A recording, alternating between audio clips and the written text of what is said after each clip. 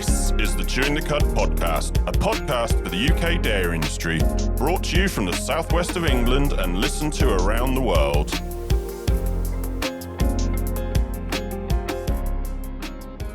Hello, and my name's Andrew Jones, and welcome to the Chewing the Cud podcast. And with me today is Sarah Bolt. How you doing, Sarah? I'm fabulous. Thank you ever so much, Andrew, for asking. How are you? I'm all right. You had a good Christmas period? Had a lovely time off. Really great to spend time at home, just relaxing. Yeah, not enjoying yourself too much on New Year's Eve, I hope. Well, I'm quite well known for the odd tipple or two, Andrew, so I won't lie and say I didn't. Well, as long as you behaved yourself, Sarah, that's all that matters. Anyway, so today our topic is going to be people management, which is, I hope people are looking forward to this one. I think it could be a really good one. I think now that we're in the new year, we can sort of look at it as being sort of new year, new start, and really think about that mindset and exploring how managers can perhaps work with some new inspiration within the workplace with their staff.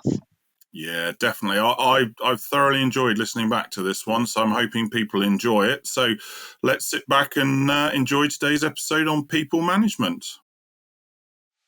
This podcast has been brought to you today by Chewing the Cud Limited, who offer completely independent dairy and beef nutrition, cow signals advice and training, along with ROMS mobility scoring. For more details on these and other services available, please visit our website, www.chewingthecud.com. or email us directly on nutrition@chewingthecud.com.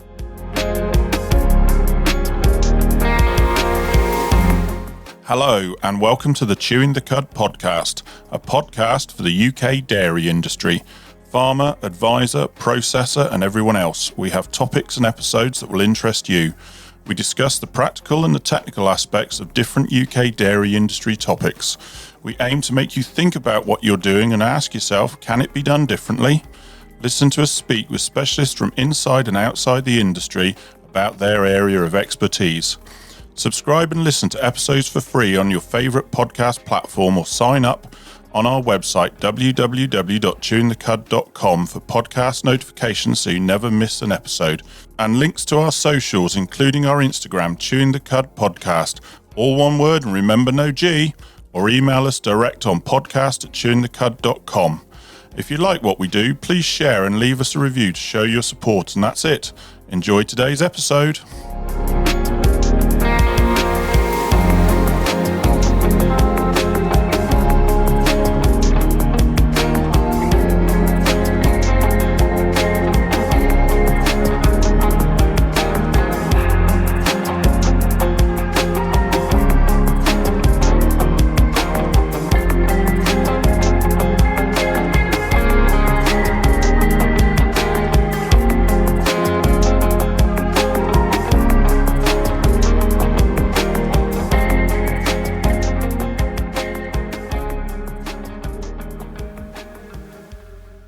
Hello and welcome back to Chewing the Cud. With us today to discuss people management is Paul Harris, CEO and founder of Real Success. Good morning to you, Paul. Good morning, Andrew. Good morning, Sarah. Morning. So, Paul, I guess let's get straight to it. Tell us a little bit about yourself and how you got to where you are today. That's a broad question, isn't it? Who are you and how did you get to where you are today? Well, because my understanding is you're not from agriculture, so what made you decide, that poor industry needs our help and become part of our industry? Because you're very much a focal point of our industry now, aren't you? Bless you, that's kind of you. It's a bit of a long story, so I'll make it relatively short. You're quite right, my background is not from agriculture. I spent most of my career in sales and marketing in industries that provided DIY products. So if you went into a Q or a Homebase as it was then, they don't exist anymore, do they? No, it's Homebase again now. Yeah, I was in sales and marketing for companies that produce products for those industries. Who remembers sticky back plastic from Blue? Yes. So I worked for the company that made that for most of my career. And then as often we do, late 30s, early 40s, I thought I'd like to work for myself. Yep. So started working for myself, left the industry, set up my own business, failed miserably in the first 4 or 5 years. Not ashamed to say that at all. Often when you work in corporate, you think you know everything there is to know about running a business. Well, it's different, isn't it? Absolutely nothing. So I ended up going back to work, getting a job for 4 or 5 years to pay off the debts that I've built up. And then after that, I thought, right, let's give this another go. Yep. So I started my own business as a coach, really. And then So when was that? That was 2009 I started. So it's 15 years ago I started my own business. And in those first few years, I got nothing to do with farming whatsoever. I was in the corporate world trying to help people with sort of business and life coaching. And then the story goes, and this is how I ended up in agriculture, and it's nothing to do with me whatsoever. I was running a Business Link. Who remembers Business Link? Remember Business Link? Yeah, vaguely. Didn't know a lot about it, but yes. They were running a workshop about communication, and it was about how consultants can sell more effectively their services to clients. Right. There was an agricultural consultant there called Dana Wellwood, who I saw 2 days ago at the UK Dairy Show. I gave her a great big hug. She's the reason I'm in farming, because she was there with... So we've got her to blame for you then. We absolutely got her, yes. So if you don't like what I do, complain to Dana Wellwood. She was working for Anderson Centre at the time, and she was there with a client, a farming client. And the story goes... She said that little bit, and it was actually the profiling piece, which is central to my business now, personality profile. That would really help some of the people at this farm who are not getting on. So the story goes, I went down to see a lovely guy called Jeff Sayers, who's a good friend of mine now in the Sams Hams district, turned up in my suit. As you do, of course. Yeah, of course you do. Well, it's a bit like me going to the podcast show all dressed up, thinking, I'll go like I go on farm. And there's all these kids running around in T-shirts and jeans. And I'm like, I feel so overdressed. Exactly. And I went into this room, and then with a great big table, where's the screen and the projector? There's no screen and projector. It turns out it was a shoot room. And then these very smelly people all turned up.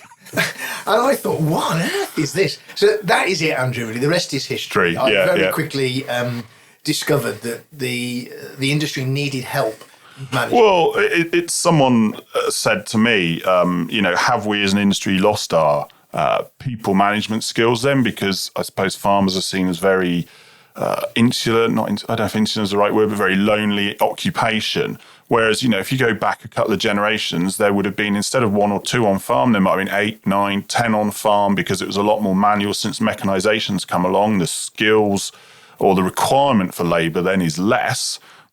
Have we lost some of those skills? But obviously, some of what our problems are issues with the industry. Wherever you go, it's, I'm looking for labour, I'm looking for labour, I'm looking for labour. So as an industry, we have... It's a really interesting question. Really, is what's happened. But I give you 2 or 3 answers to it. Really, one is we've the skills were possibly never there in the first place, because we've come out of a family orientated industry. You don't think about, I need to go and learn how to manage my son or my daughter. You actually just get on with it. Well, and possibly then, how do I put it? There wasn't the movement of labour maybe like there was. If you were in the village, your employment was the farm, that was it. Whether you liked it or not, that was kind of where you were and what you did. And then from then, as farms started to grow and we needed more staff, we quite understandably went to the Eastern European market and had a lot of people from Eastern Europe coming in to do the work. And so some of them probably didn't have English as their first language. So the whole need for managing people was sort of never really there particularly. It was there. Yes. It was never recognised. Yes. And I think if we fast forward to where we are today, we've now got a massive variation of still small family-run farms right up to huge farms with thousands of cows and 30, 40 members of staff. But what's happened is the skill level on people management hasn't kept pace with the science and technology. Has incredibly moved on. And let's be honest, people now don't want the, how do I put it, long hours. In agriculture, changes. I think that's what I say. We could talk for an hour just on this particular area, but there are the next generation coming through as well, which many of the maybe more senior generation, of which I am one of them, would often say things. This woke generation, they don't want to work 100 hours a week. No, they don't want to work 100 hours a week. But what's really encouraging, and this is, there are issues and there are challenges, but there are also the next generation of farm managers see it. They know they need to have the people management skills. Well, they recognise that people can't work 100 hours a week. They want to have 4 days or 5 days before they get a break. The idea of 10 days on, 2 days off, I often say, where did that come from? Well, I've got to be honest, I'm just taking from my own experience when I was managing staff in Victoria. I mean, I had half a dozen staff. And my old man was like, what you got half a dozen staff for? And we did 11 on, 3 off, because we sort of said, what do you want? And they said, well, we prefer 3 because then we've got a day to recover and then we have 2 days to ourselves. my old man hated it. Why have you got so many staff? And you had a couple of the more senior ones did more hours because they were happy to do more hours, but most of them literally did a 40-hour week. And I've got to be honest, my ex-wife, it was one probably good thing she pointed out to me. I'm like, oh, they're not working. Oh, I'm doing 80 plus hours a week. What aren't they doing? Oh. Yeah, but it's full time. It's not full time. And she's like, no, it's 40 hours. That's full time. So then I had to look at it differently. And that's what I did. So I had some staff that started at 5 a.m. and milked, and then they were finished by at lunchtime, whereas others came in after breakfast at 10, and then they milked in the afternoon and were gone after milking in the evening, so 6:30, 7 o'clock. And then so you only had all the staff on farm. Actually, by the time you took days off and the hours, you only had all staff on farm on Tuesday, Wednesday, Thursday between breakfast and lunch. Mm-hmm. And at that point, so staff meeting was always every Tuesday after breakfast. And then that's when you did the other jobs. But otherwise, that's what we sort of overlaid. And it sort of worked.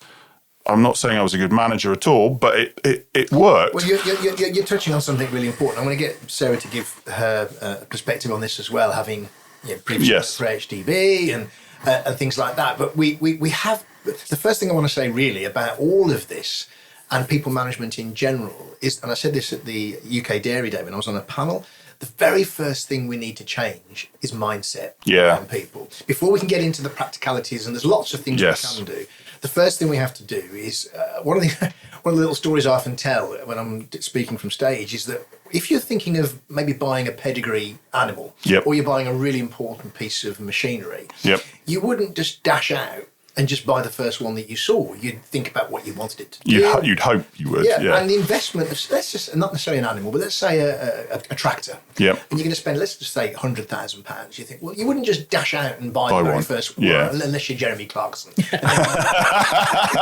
And as long as it's big and he's still welcome on this podcast if he ever wants to be.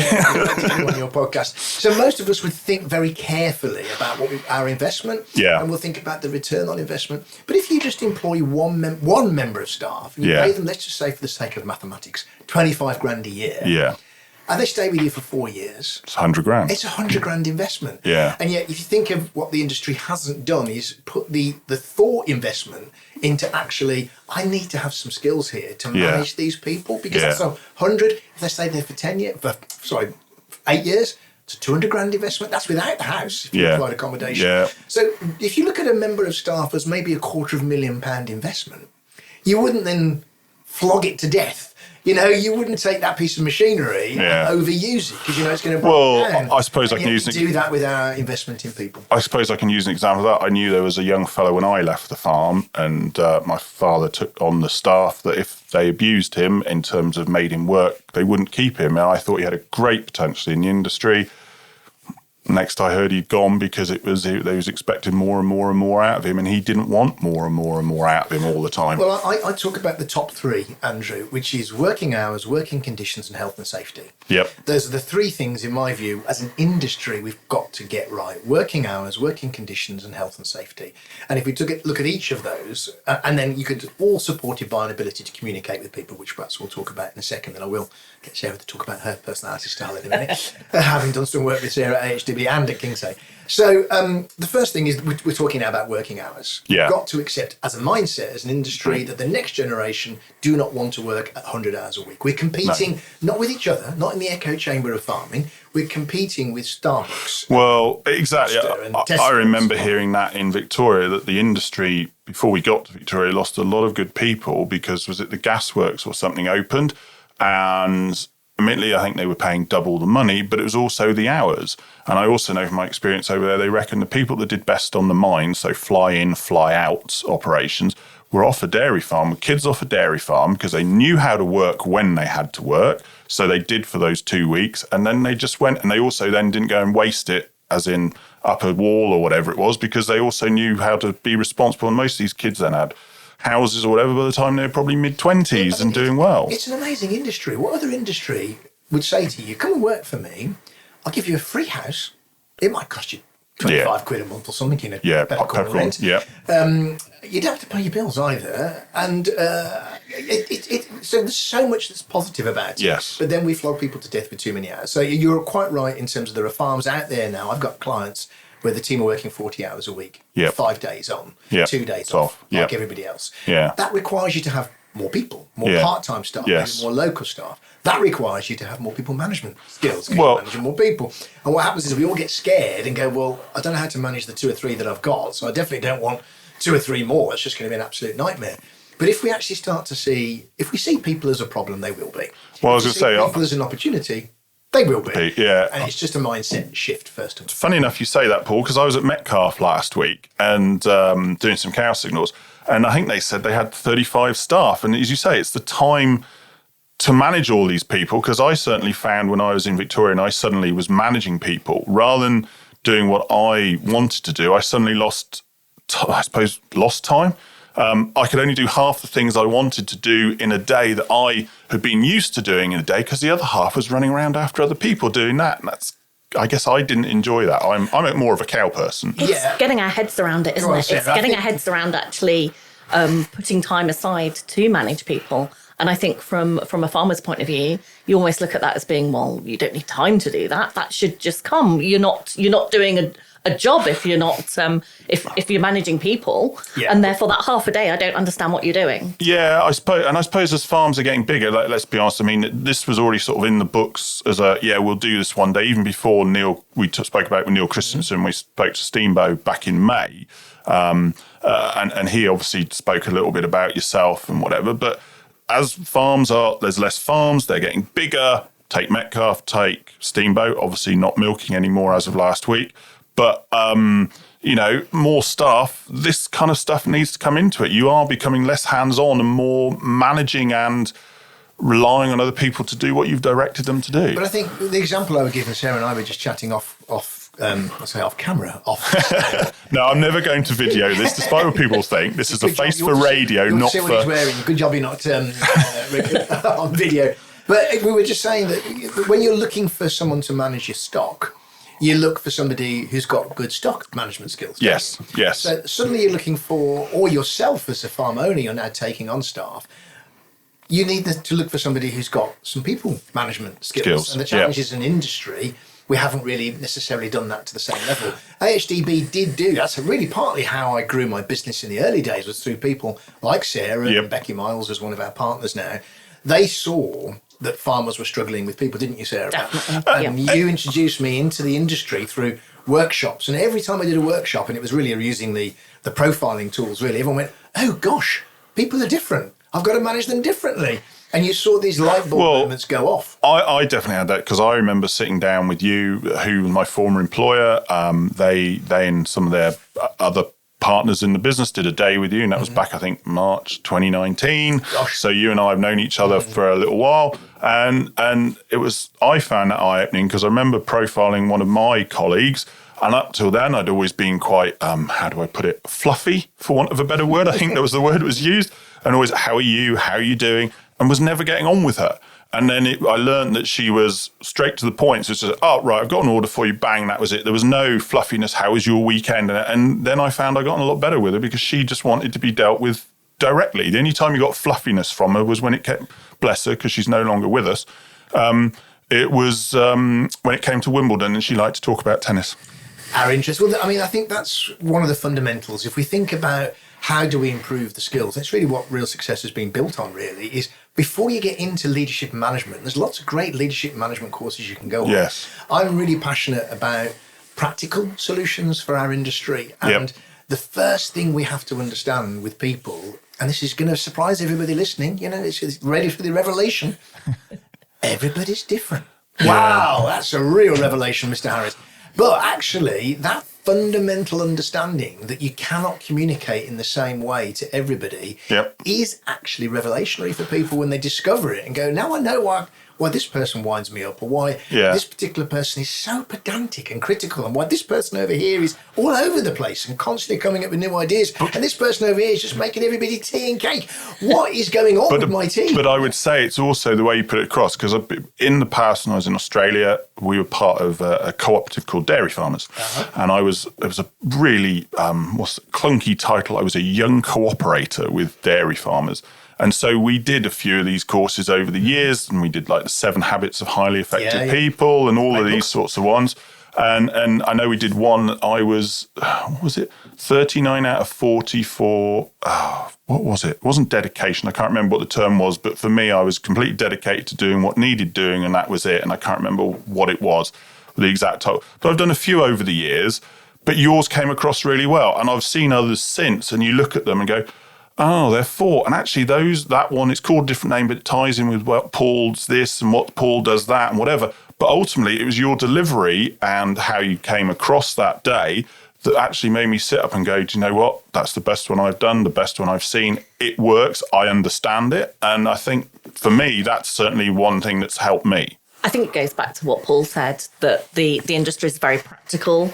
And this is something that's very practical and visual at the same time. And then you can start relating to it from that way. I think if we're talking about profiling for a second, and it was really... Well, we ought to really, because let's take a step back to profiling then. If we're doing this, what do people have to do, and then what are the different outcomes of it? So the idea of personality profiling, it goes back to, if you want to research it, there's Carl Jung psychology. In fact, it actually goes back beyond that to the Greeks who talked about sanguine and other different types of melancholic and things like that. So we've always, as a human race... Tried to put us in boxes, basically. Yeah. Now, and I'm not a fan of boxes. My personality style doesn't like being put in a box, or labels in particular. Yeah. But I think the thing that I discovered, so there's lots of systems. Myers-Briggs was perhaps the granddaddy of a lot of the profiling Yes, the one most people have heard of. Most people have heard of it, but if I ask them what the letters are and what it means, nobody can remember. Yeah. Then other systems like DISC and Insights. Insights is very popular because it used colours, red, blue, green and yellow. Yep. But the challenge is that for a lot of those systems, they're really designed for the corporate world. Yep. So you get a report that be 40 pages long about yourself, and it's a bit like reading your horoscope. You read it and go, oh, yes, that's me. Yes, that's me. It's sort of interesting, but for me, not that helpful. Yeah. I want to know about you. I want to know about my colleagues so I can adapt my style to meet you. Yeah. And the challenge with a lot of those systems is they're brilliant systems, so I'm not knocking them at all. Yeah. But for the average busy farmer who's really not got the time even to think about having a staff meeting, let alone sitting reading 40 pages about 5 members of staff, and we're interesting, but we're not that interesting to read about. Or that interested to read about. So I decided to almost go the opposite direction and take a lot of the, let's call it the fluff. Yeah. Maybe we'll do the Pareto principle. I'm going down just keep the 20% that you really need. Yes. And what I want profiling to be is not only interesting, but effective. Yep. And the way that is delivered is you can quickly understand your colleagues. I don't want you to go on a 5-day course because no one will do it. No. Or even to read a 40-page report. I want you to give me something smart, punchy, quick, that I can go, right, Andrew's like this, Sarah's like this. What do I need to adapt? And we can do it in 3 hours. Yeah. And I think that's the strength of Vita profiling. And Vita stands for Visionary, Investigator, Team Maker, and Adventurer. I was going to say, why Vita? I can thank my wife, Samantha, for that, because we're trying to find a name, and I needed four letters. Yep. DISC uses direct, I can't remember what the letters are for DISC now, submissive, I can't remember.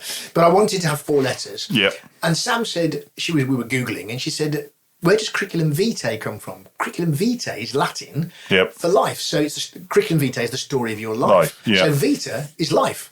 I thought, okay. Perfect. Yep. And then you just had to find the words to fit it. So the way that Vita works, it uses colours, yes, very similar to the Insights colours, but not the same. But it uses adjectives quite deliberately. Yep. Because in terms of the way the brain works, so it's easier to remember. If I said to you, you're red, if you haven't done the course on Insights, you wouldn't know what red actually meant. No. But if you hear investigator, it conjures up a thought of somebody who's got a magnifying glass. Yeah. Visionary, somebody who's looking a bit more forward. A team maker, says what it is on the tin. They're interested in making teams. And the adventurer who's got the compass and wants to go off and do other things. So the idea is you're using different parts of the brain basically to help you remember. Yep. And then we just keep it really simple. You complete a short questionnaire either in a workshop. Is it 40? Yeah, 40. It is quite scary because say I've done it and I've dug up my profile from 5 years ago. 2019. Yeah, 2019. And it's 40 questions and with 4 answers, isn't it? And you just literally go along and you tick them, which is your preference, and from there a profile. 10 rows of 4 words. Yeah. And you just pick out the words, don't you? Is that what it is? I can't remember. 10 rows of 4 words. Yeah. You rank the words as the words that most like you and then least like you. Yeah. And that's easy. And that's the other thing as well is, In farming, we're not dealing necessarily with people that would be on University Challenge. So we have to recognise the level of dyslexia, the level of reading and writing ability. Yeah. So again, one of my business values is think simply anyway. So I don't like things that are complicated. Yep. So the idea about personality profiling, once you've got an idea of your team, you can understand why perhaps people are struggling to work with each other. Or if you as a leader are struggling to communicate with somebody, what is it that's making that? I didn't know this, but I just say, taking back my experience back in Victoria, I remember there was a guy that we thought if we wanted one bloke, he would have been really good. But just the gut feel was he just wouldn't work in a team because I think his level was that much higher, which would have been wonderful, but it just wasn't going to mesh in a team and I could see it causing some aggravation. So if I'd just been looking for one bloke, I probably would have picked him. But because I was looking for a few people, sorry, you're just not for us today. It's about the blend. And I think depending on how big your team is, even if it's just 2 or 3 people, and with family businesses, by the way, I remember won't mention the family, I remember sitting with one family doing the workshops, only 6 of them. Yep. By the end of it, they were all in tears because they actually realised, son could realise why dad was like he was. And suddenly there was this sort of, breath. So once you've got your profiling, it's then understanding as a manager how you need to flex, but particularly what you've just said, Andrew, when you use it, because we use it in recruitment with our clients as well, it also helps you to see particular personality styles that might lend themselves to particular roles. Yeah. So if we talk about a calf rearer, so we look after our calves, in our system we talk about the ideal profile for that is an investigator team maker. Yes. Somebody who's high on detail, so won't forget to do what he's doing. Feed the calves. Yeah. But it also has often livestock people are better if they've got that team maker because they've got that more sensitivity towards the animal. Whereas I know from my own experience, and Sarah will probably hate this, I don't like adventurers very much. And Andrew, he's in our system a high investigator. That's someone that likes things to be clear, have a plan, do a structure. Whereas Sarah, bless her, sitting next to me here. Tell us about your personality style, Sarah. I'm that high adventurer. Which is likely to be somebody who gets bored easily, very easily distracted, has what we call squirrel syndrome, which is they get distracted by anything in the periphery. And those two people can clash. Yeah. But once we understand that... But me and Sarah talking, there's definitely there are bits of adventure in me, undoubtedly. The fact that I do this, my own business, all these sorts of things. But... it is the lowest on my profile by quite a bit because I'm higher in 3 rather than most people 2. But you said something really important there, Andrew, which is we are all personality styles. We're all made up. There's different systems. It's just the preference. That's right. Yeah. It's our preferences. So when we say, well, I'm not an adventurer, well, you are, but only in certain situations. And it'll happen. So what happens is we have to learn, therefore, to dial up and dial down those elements of our personality style that maybe don't fit with somebody. So if Sarah was working with somebody who was very detailed, and I can think of somebody at Kingsay who fits that bill very well, Sarah has to dial down her fluffiness, her creativity. I was going to say, dial up her attention to detail. I mean, I think it's you've got it, or somewhere there's a video, and you see that together they can work. But I know myself, as I say, I've worked in retrospect without realising at the time. Some people that are high adventure, and they wind me up because they just, as you say, they just bang, bang, bang, bang, bang, bang, bang, bang, bang, all over the place like a shotgun or scattergun, and it's like, no, hold on. Need some reins. Yeah, sometimes the kiddie reins. They get a bit tight, but that's a great idea. But follow through with it. Tell me what needs doing. What's happening? But here's the thing, Andrew. So what you did there, which is classic, is as an investigator, you said, can you please just. That's not enough. I can't cope with that sort of idea. Yeah, I need to follow through. I need detail. Well, what we do, and here's the tip for everybody listening, if you've got somebody in your team who's constantly bringing new ideas, constantly, you give them 5 jobs to do and they somehow find a 6th that you didn't ask them to do and they go and do that. Over and above the 5 that you'd given them. Probably missed the... probably forgot the 5, to be honest with you. And if that's very frustrating, which it can be, if somebody keeps coming with new ideas, what we don't want to do is say to them, for goodness sake, just focus on what I want you to do, because that crushes them. Yeah. What we say to them, fantastic idea. I love the fact you come up with the ideas. Go away and put a bit of thought into it. Put a bit of a plan together and we'll come back and talk about it. And they go, yeah, of course I will. And by the time they've left the They've forgotten about it already. Yeah. You haven't peed on their parade, if you excuse the phrase. Yes. And it's the same in reverse. When you've got somebody, maybe you're an adventurer, somebody who's creative or quite sensitive, and you're working with somebody who's more structured or more direct, and when they say to you, so where's the plan? You don't go, oh, for goodness sake, they always want me to do a plan, mo. Yeah. You understand that they're asking for the plan, possibly quite directly, because that's their preference. And when everybody, again, it sounds a little bit cheesy, but when everybody takes a step forward towards each other, that's when you get not only harmony, but you get productivity, you get efficiency. And do you know what you get? More milk in the tank. Well, I mean, I certainly remember the workshop you did with us, and you brought up the people that were more visionary and the people then that are more investigator and the people then that are more team maker and adventurer. And it was like, oh, so those ones the visionaries you need to talk to more directly, or the team makers. Get to the point. Yeah, or the investigators, you need them to give them a bit more detail. I can't remember what they do, but it was definitely, it was definitely a little bit of a lifeboat moment to... It's been a lifeboat moment. Yeah, well, it might be. Let's get out of here. Because sometimes the ship is sinking, and it's sinking because we haven't learned these basic skills. So the reason I think it's important to just spend a bit of time on profiling is that people think leadership management is hard. It actually isn't if you learn some simple tools. Yep. It's no different to when we first start looking after animals. We can feel a little bit at sea. We don't quite know what to do. We're not spotting an animal that's sick. Then over a period of time, because we learn the skills, we can spot just by seeing an animal walk in a particular way. Yep. There's something wrong there with their mobility. We need to have a look at that animal. Yeah. When you do this on a regular basis with people, it's the same thing happens. I've got clients now, it's quite ironic, it's a rubbish business model. You've helped us so much, Paul, we don't need you anymore. And I think, but that's fine, because that's exactly what I want. You've been successful at what you're doing. I want my business to change the industry and to help it, because we are faced with a major challenge in attracting people into the industry. Yep. And the first bit, before we get into managing teams effectively and managing meetings and managing conflict and giving feedback and all those other bits of people management, the very first bit is understand yourself and then understand your team. Sarah, you've been around this for a while. What are your thoughts on this? Definitely. I think understanding yourself is really important. That, as we've just discussed, that I'm not that attention to detail person.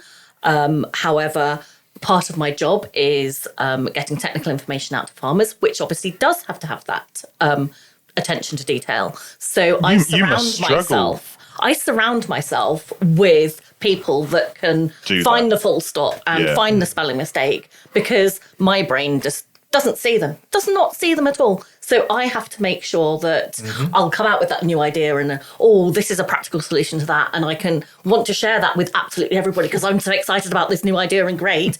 But then I do need that person around me to just say, and right. Richard must love you.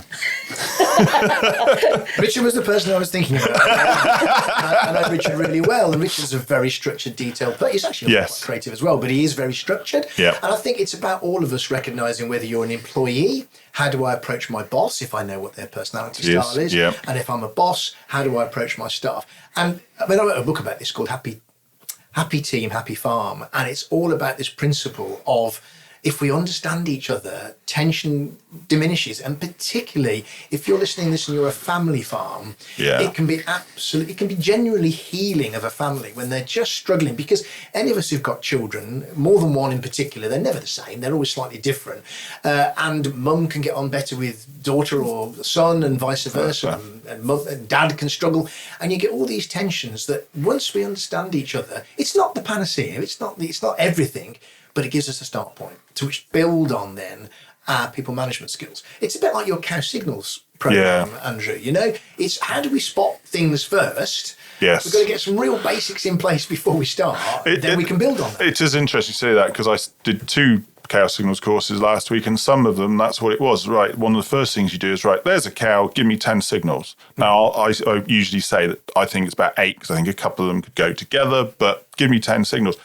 And some people are just like, I'm like, I hope you don't pick up that she's, crook, there's something wrong with her, but what she's giving you that's looking at, but you say it's teaching people to look for those things if they don't already know. But sometimes we don't know what we don't know. So, we that's what we need to learn. The people. And it's not that we're failing as an industry because we haven't got these skills. I believe it's just because they've not been delivered. So we are trying, and there are other companies who are doing the same thing now. I think I've got some momentum in the industry that we need to think about people now. Just in the time I've known you, how you are now doing in recruitment, and all the business has grown, because it was when I first knew you was just you, whereas now there's 3 or 4 of you, isn't there? 11 of us. Oh, is it 11? Sorry, I do apologise. It's 11 of you now. Yeah. So, and it is growing dramatically, and we use obviously profiling in our recruitment process, because again, if you're one of the comments I often say about farmers, because we get desperate. Somebody's left or leaving, and we need somebody. Yeah. And the general recruitment process is bung an advert out, probably on Facebook. A few people say PM me or DM me, so we ring them up, have a chat, bring them on the farm. We say to them, "Are you vertical, breathing, and can speak English?" Yeah. You've got the job. Yeah, and we don't really go through a thorough interview process because we're under pressure. I get it. So what we're trying to do is also introduce a slightly more sophisticated recruitment process where you're matching the right person. So it's not just anybody, as I call it, anybody. It's the right body for the farm. We start there. So retention often goes wrong at recruitment. So, we're struggling to keep people because we've employed the wrong person in the first place. Like you said, maybe someone that's not going to fit in with the team, particularly, and can be very disruptive. So and then you start to lose other people. Well, I mean, I know my own experience. They used to have the staff eventually would come up to me after a certain point in time. "Oh, this person, get rid of them. They're being and I'll do the extra work." And you're thinking, no, you won't. I already do the work of 2 of you. Now, if that person leaves, I'm going to be doing the work of 3 of you. How am I supposed to do everything that I'm supposed to do, as well as everything else? So you sort of keep them going till you can try and find somebody, or you get to that point where it was, no, you've just got to go. That's a really good point as well, though, Andrew. If anyone listening, I think Sarah's heard me talk about this. I talk about skills, knowledge, attitude, and alignment. I have what's called the SCAR formula. Yeah. And what we've done as an industry, and again, that's not a criticism; it's an observation from somebody who outside initially the industry. 11 years now, but. Is we hold on to the skills and knowledge because we're terrified of losing it. So if you've got really skilled people who are good with animals, but they're awful with people, we tend to hold on to the skills and knowledge because we're thinking, well, there's nobody out there that wants to work in farming. There's nobody who's got these skills and knowledge. Well, to me, I'd always say is the hassle, because it would take you 6 months to train somebody up and get them to do the way you wanted it. And every time you lost someone, it's, I've got to go through all that again. Exactly. So we tend to hold on to them. What we don't see is what I call the sand falling through your fingers, which is that everybody else is leaving. Yeah. So you're holding on to the one person that's got the skills and knowledge, but nobody lost else can everybody work else. With that person. Yeah. So we have to be brave enough, and I think particularly going into the future now, with a lot of if we're going to find people to work in our industry, they're not going to know how to put cups on. We're going to have to train them. Yeah. We need to take people who are currently working in Costa and Tesco's and show them. So we have to recruit attitude and alignment, make sure they're the right people, got the right attitude, a positive attitude, they're pleasant to be around, and they fit in from a profile perspective, and then teach skills and knowledge. Because if you hold on to skills and knowledge, but they haven't got the right attitude, or they're not aligned with what you're trying to do, that person in your business that every time you try and put a new protocol in, they say, no, just do it my way. Well, I was going to say... very disruptive to your business. Do you find that, Sarah? Those preconceived ideas, isn't it? That actually the person with the skills and knowledge has those preconceived ideas and might not do it the way that you want to do it. So actually, somebody with those alignment skills and the right attitude is probably even easier to get to do it the way you want it done. So I was going to say, there was a business I knew in Australia that's what they did. They didn't employ anybody that had prior experience. They took people that, were working, had an attitude to work then, but then they took somebody that had no experience with dairy and they would teach them what they wanted them to do so that they did it their way, not like you're saying preconceived. Well, particularly, we need a blend. We do need people that have got some skills and knowledge and some experience. I'm not suggesting we jettison any of that. But if we start to think, it comes back to the mindset we talked about right at the beginning. If we start to think outside the box a little bit, but actually we need more people because we're going to need to reduce the hours, we're going to need more part-time staff. Well, I can't find a house for every part-time member of staff, so I probably need people more local. Well, more local people living in the local towns probably never worked on a farm, right? So I now need to have some local people that I can work part-time hours, but I have to accept I'm going to have to train them. And often what farmers say, I haven't got time to train people. I haven't got time, I'm too busy. Because we are in this catch-22 where we are all still doing. You can't see wood for the trees half the time. But we've got to make a start. And there's lots of examples of farmers who are doing this. They've moved to 40-hour weeks, 5-day a week working. They're using more part-time staff, more local people. They're not housing them. They're just coming locally. So there are solutions out there. They're not necessarily going to be from Europe now because of Brexit. We can't get the Eastern European staff over. But there are some really good Eastern Europeans who are settled status working on our farms. We shouldn't dismiss that at all, because they have got a fantastic work ethic, many of them. The biggest thing is effectively what you're saying. We need to learn to be flexible as an industry to, okay, there's a bit of give and take, definitely, but you've got to be flexible that if someone can only work, I don't know, 5 days a week doing morning milkings, great, take them. Use them in that regard. Do a Saturday morning or a Sunday afternoon. Yeah, once we get that flexibility, it's. I mean, I'd add another word actually. It's bravery.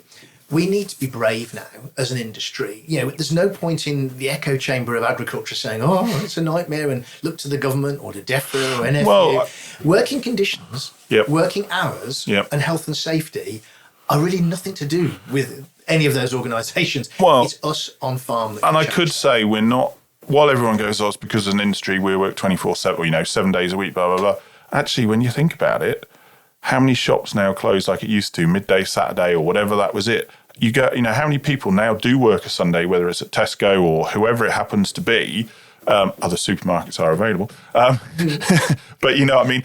How many jobs out there now do people not have the 3K classic weekend that they're off Saturday, Sunday? Yes, there are still a lot that are, but there are still plenty, certainly in the service industries, that aren't. Those shops are open 7 days a week. Absolutely, Andrew. And that, so what you're now doing is you're opening your mindset to actually, it's not just us in agriculture. In fact, I love what Heather Wildman says about farmers. She says, we all love what we do. We're passionate about our industry. And she says, make your face look like it.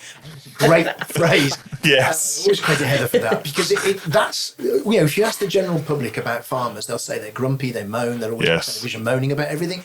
Who wants to work in an industry full of grumpy people? Yeah. So we've got to start putting positive messages out there. There are some great influencers in social media now who are putting positive messages out there. Yes, there's going to be activists that don't like what we do, particularly in dairy farming. But we've got to counteract that way. Let's get a website for your business. Get on Facebook. And to be honest, show people how amazing it is. The people you're saying against dairy farming is actually a very small percentage. It's tiny. It's relatively small compared to the general population. We still sell a lot of milk. Yes. And I think... Yes. But in terms of attracting people, and then you start to increase your whole skill set, because if we're taking people from outside of the industry that may have worked in an industry, technology, could be manufacturing, they'll bring some of those skills into our industry as well. So rather than recirculating all the people, which is what's happened really for 20 years, and we've now got this huge skill gap because we've got a lot of people in their 40s, 50s and 60s, 70s, 80s working on farm because granddad won't retire.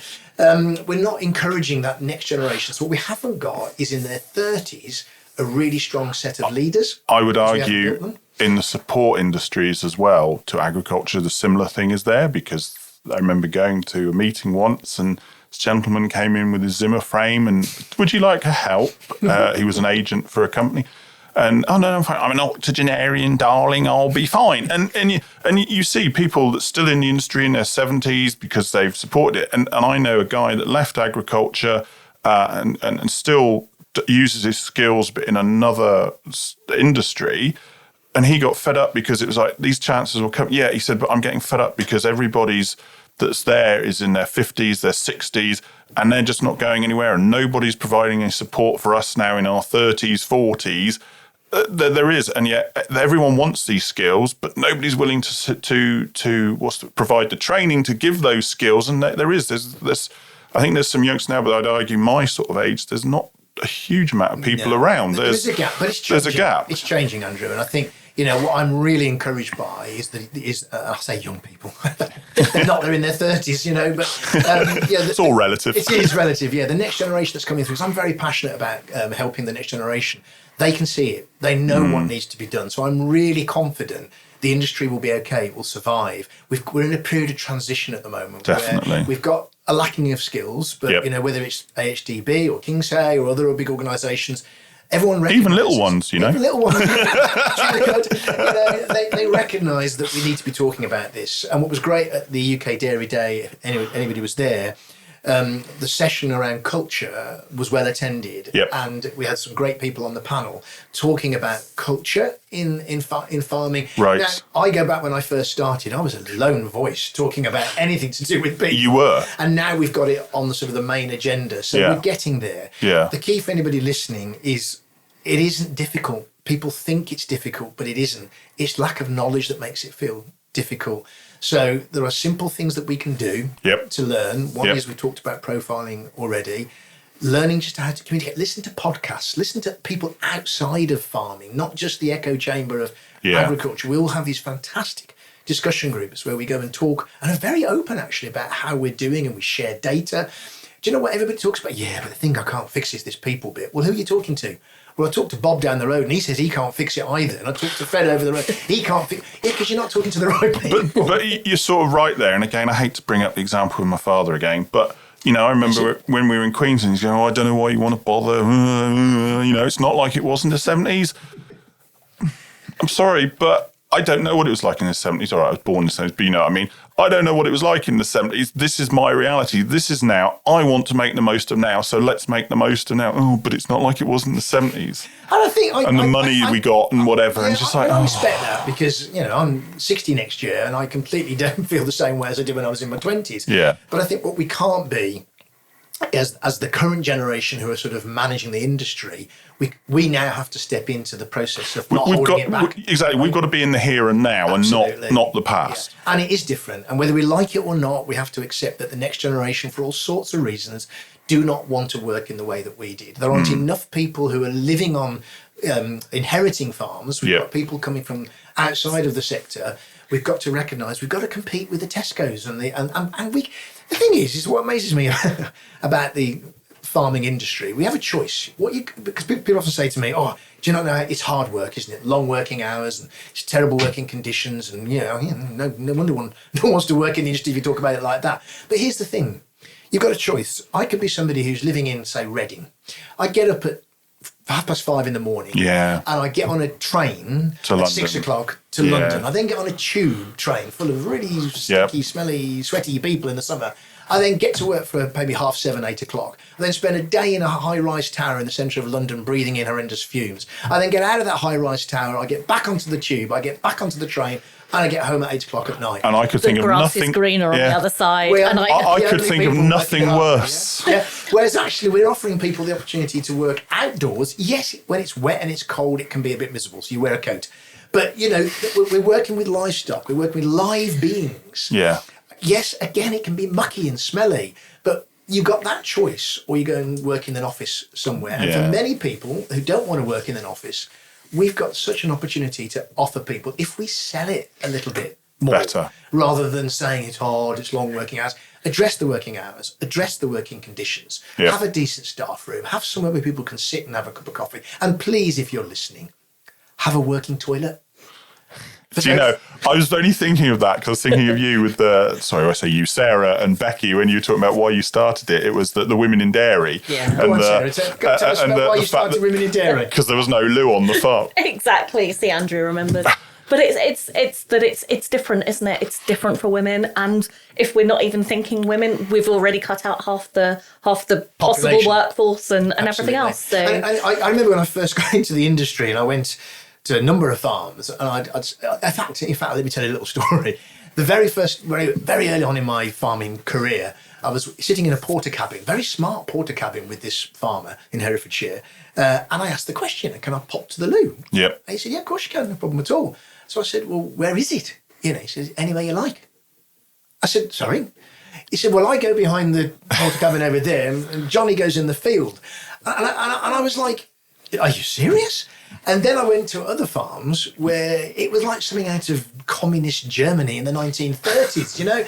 No toilet seat, no hot running water, filthy dirty. No toilet roll. No toilet roll, no towel. Yeah. So anyone listening, the absolute basics, what I call the hygiene factors in Maslow's or you went in the farmhouse and used the... Yeah, but then you have to take all your boots off, take all your clothes off to get to the farmhouse. So, but if I'm coming for an interview with you, and I've just been to an interview at Costa, and I've been allowed to sit and have a cup of coffee, it's quite warm, and I go to the toilet, it's clean, and I turn up at your farm and I rattle down the farm drive that's full of potholes, which I understand is normal. The farm sign is swinging off because I've never fixed it, and I arrive and you turn up with me late with dirty hands and filthy stinking, and you take me into the farm kitchen where it's absolute chaos, and then I have to go to the toilet because we're going around the farm and it's just awful. Are we not surprised that people don't know? Well, it's just made me think. I mean, the first time I ever worked on a different farm was my year out as a student. And funnily enough, I was there last week giving cow signals training. But it was so different because all of a sudden it was, 7 of us, including 2 students. Whereas, 4, including myself, I suppose, like in the summer holidays or whatever. But it was just the fact that it was, this is your job and that's what you do, or we had to sign an accident book if things happened, or just so many things were just done differently. I know I learned something definitely off the manager at the time, because every morning he came round and said, good morning to everybody individually. How are you?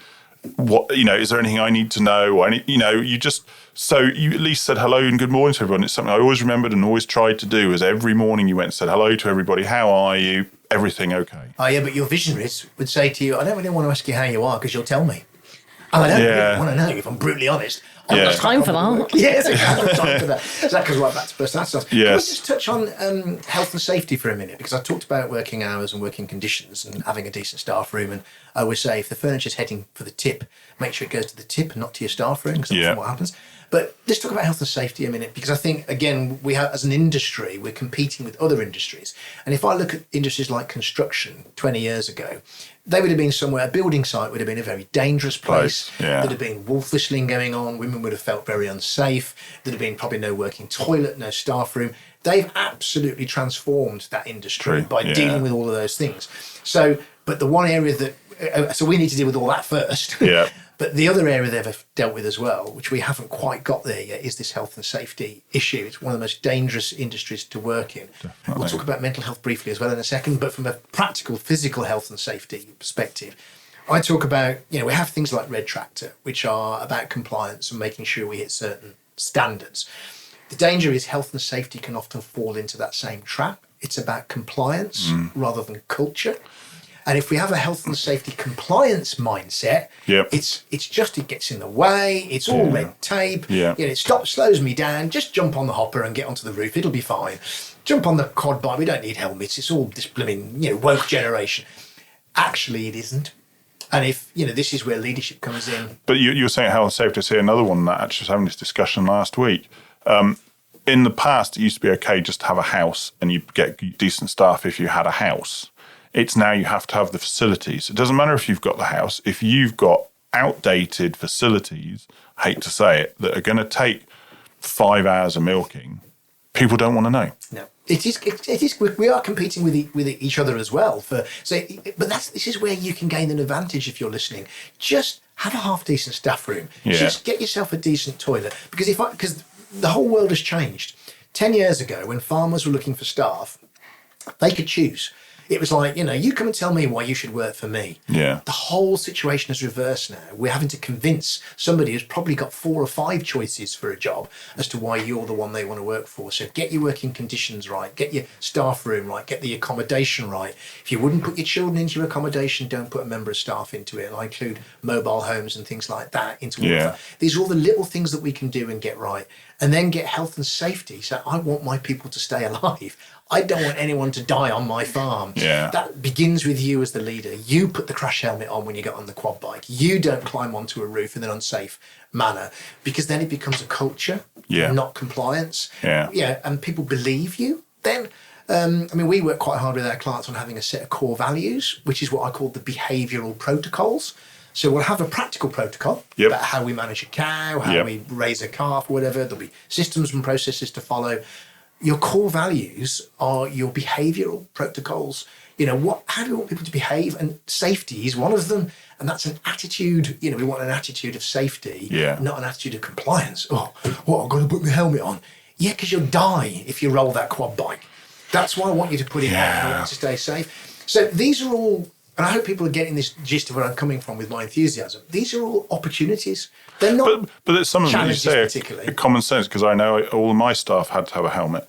Mm-hmm. And I did. The only time I'd say you can get away with it, and I should get a slap on the wrist, is when you're behind the cows and you are literally just, not even walking pace behind the cows, fair enough on a hot day.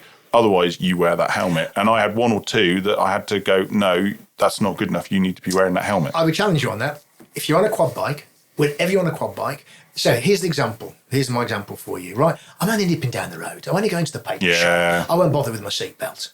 Yeah. More accidents happen. That's what I say. I'd half a mile from your house. I'd probably say I should have had a slap, probably a slap for that. If you're working for me, Andrew, I'd give you a slap wrist. Yeah, because it's the culture thing again. Yeah. If you think, well, I don't need to do it for that. Yeah, then perhaps you don't need to do it for the rest. This. Yeah. Whereas when we start to say, whenever you get on a quad bike, you wear a helmet. Yeah. One of our values here is animal welfare. We have a zero tolerance to anybody hitting an animal, shouting at an animal, using a piece of metal or something to get a cow. Yes, cows can be frustrating. Yes, they can get on our nerves.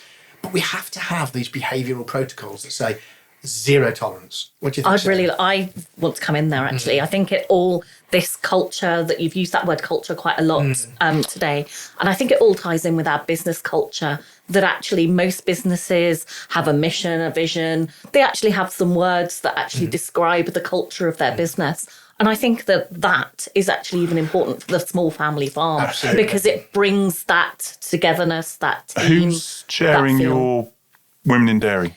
Karen Horton. Karen Horton, that's right, because I heard her speak at the National Young Stock Conference, and she's very much got that culture, hasn't she? That it is what she said, I won't accept broken tails, I won't accept this, that's it, they're gone.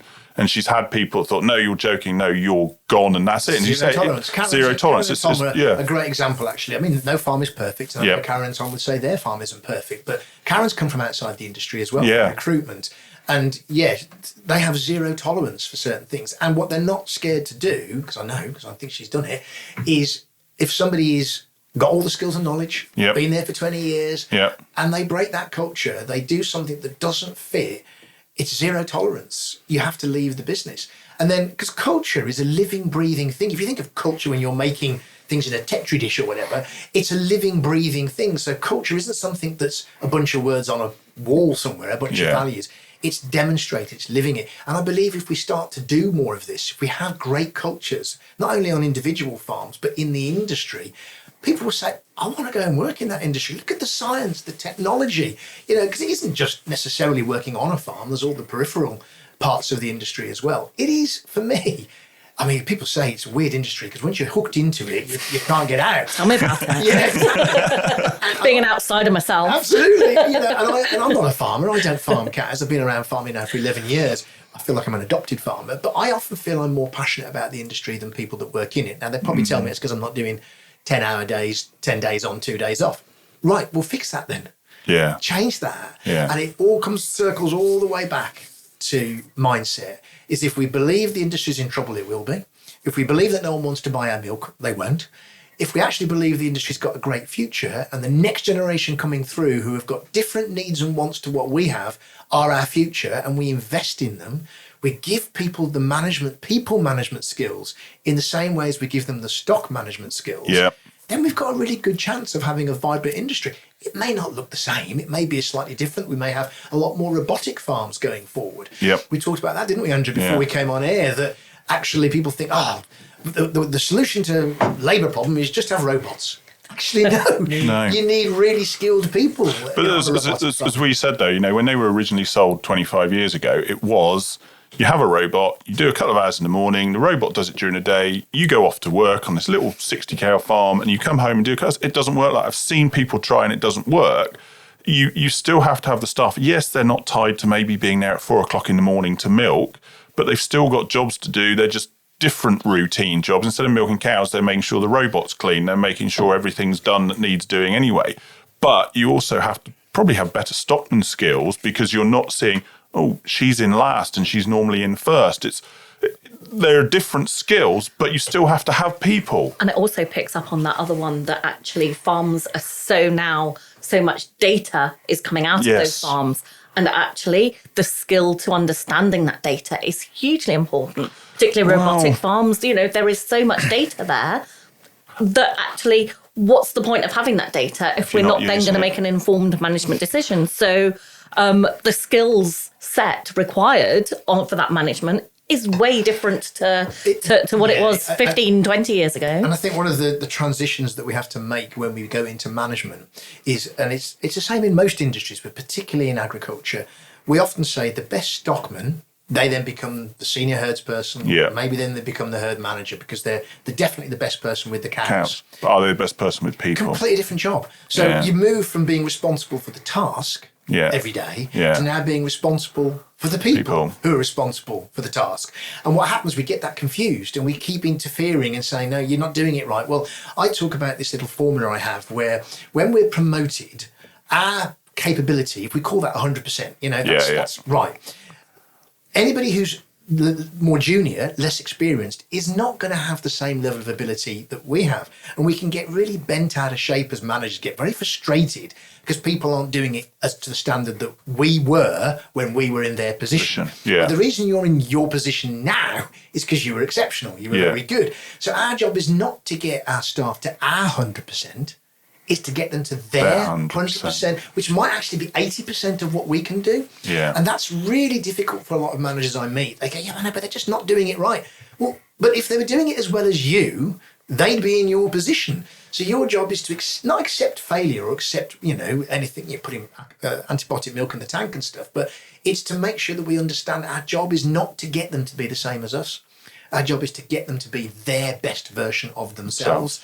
And that comes back to personality style and communication and staff meetings and putting people on the right tasks and the right jobs. But it's not making them mini yous, if that makes sense, mini versions of you. It's not possible. Now, you mentioned mental health. Let's touch on that briefly.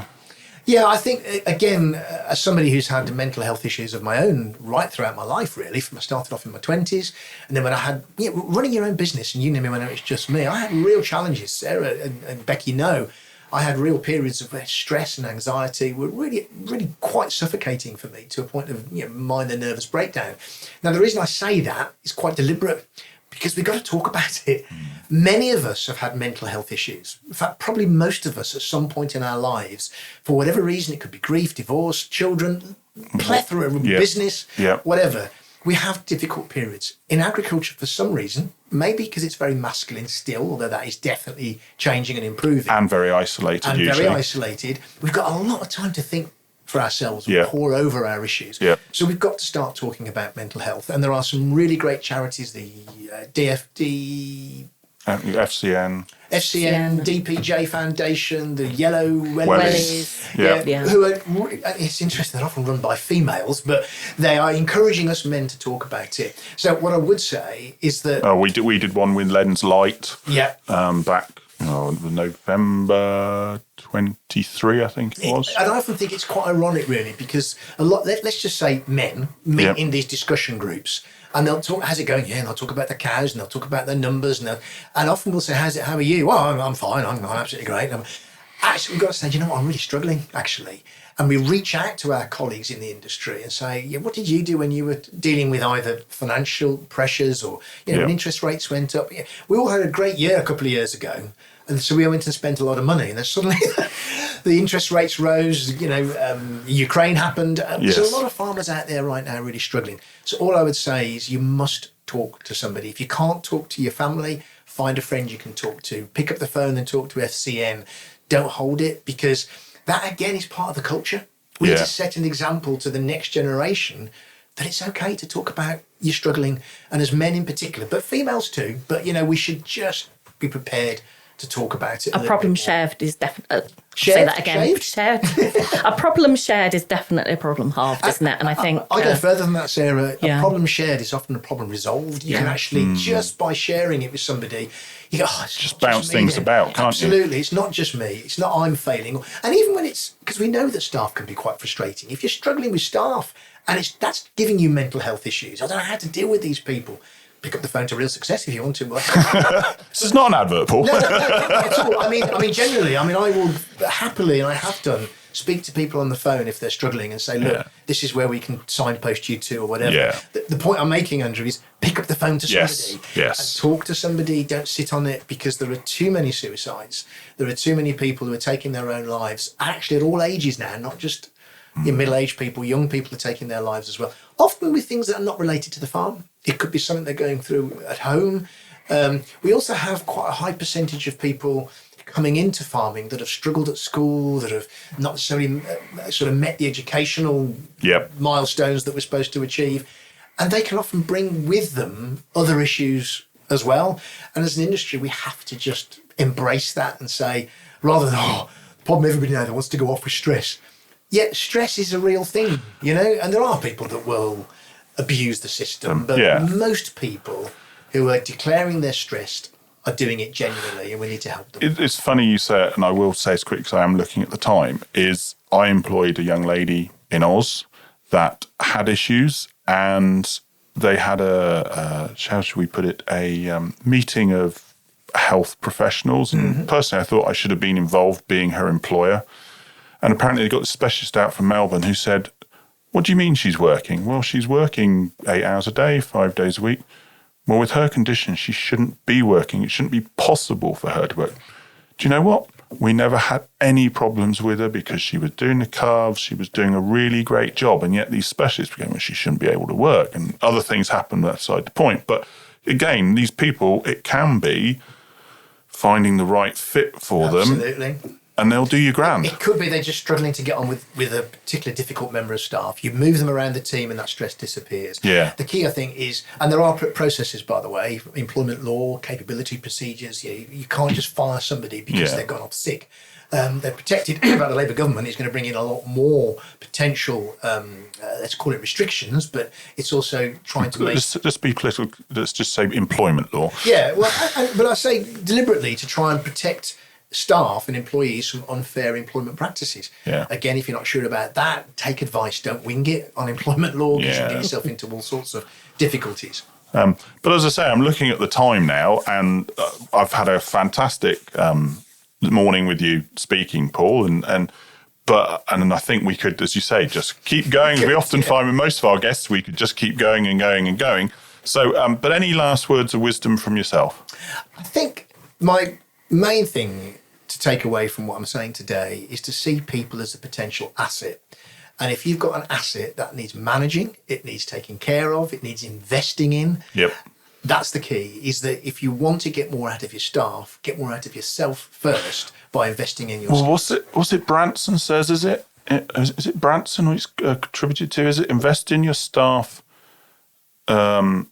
What is it? It's something along the lines of invest in the staff that you're going to keep them, but don't be afraid if you're going to lose it. I can't remember what the exact phrase is, but something along those lines, isn't it? Yeah, and I think as a secondary to investing, yes, whatever the quote is from Richard Branson or whatever, he says a lot of really good stuff actually, is don't be scared to lose the people that are making you lose your people. I'll say that again. Don't be scared to lose the people that are making you lose your people. Yeah. Does that make sense? Yes. And it does. Second time round, it makes more sense. Yeah. Because there are good people out there. Recruitment isn't as challenging as everyone says it is. It is challenging, yes, but so it is in every other industry. Yeah.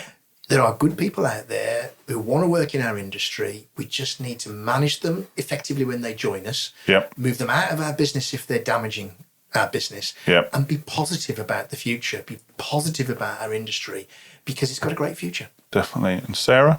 I just think that's a really great one, that positivity, that mindset. And I think that as an industry, it is gathering momentum. We are making a change, and that culture is really... It's coming, isn't it? Coming. Yeah. And that's what makes me really excited for the future of our industry, definitely. Well, exactly. I mean, whether some people like it or not, we have an industry that people will always need. It's just we need to make the most of that industry in whatever way it happens to be. People management, cow skills, whatever it happens to be, we need to make the use of it. And I guess I often say to people, it's surrounding yourself with the team around you to... I think we mentioned this, the one we did with Neil recently, is surrounding yourself with the team around you, whether it's a nutritionist or a people person or the vet or whoever it happens to be. It's surrounding yourself with the right team to help you achieve what you want to achieve. You cannot have all the skills. You need to surround yourself with the team around you. And I know you want to close, Andrew, but you just made a really good point again that I often say. When the cows are sick, who do you call? You call a vet. Yeah. When you're struggling for money or you need to borrow some money, who do you call? You call your bank manager, or maybe you talk to your accountant. If the cows are not really gaining weight, you speak to a nutritionist. If the people aren't quite performing, and that's the gap. Yeah. That hopefully we're filling, but other organisations are filling. Other organisations are available to fill this gap too, and that's the exciting things. If we fill that gap, then we really have got an exciting future. Definitely. Well, on that, I'd like to thank you very much for your time this morning, Paul. It's been absolutely fantastic. To say we could quite happily keep going, I know. So I guess thank you very much, Paul. Thank you, Sarah. And goodbye from me. Goodbye. Bye-bye. Thank you for listening to the Chewing the Cud podcast, a podcast for the UK dairy industry brought to you from the southwest of England and listened to around the world. And now for the really boring bit, I'm afraid, the legal disclaimer. The information provided during this podcast has been prepared for general information purposes only and does not constitute advice. The information must not be relied upon for any purpose and no representation or warranty is given to its accuracy, completeness or otherwise. Any reference to other organisations, businesses or products during this podcast are not endorsements or recommendations of Chewing the Cud Limited. The views of Andrew Jones are personal and may not be the views of Chewing the Cud Limited, and the views of Sarah Bolt are personal and may not be the views of Kingsafe Farming and Conservation Limited and any affiliated companies. For more information on the podcast and details of services offered by Chewing the Cud Limited, visit www.chewingthecud.com. Thank you and goodbye.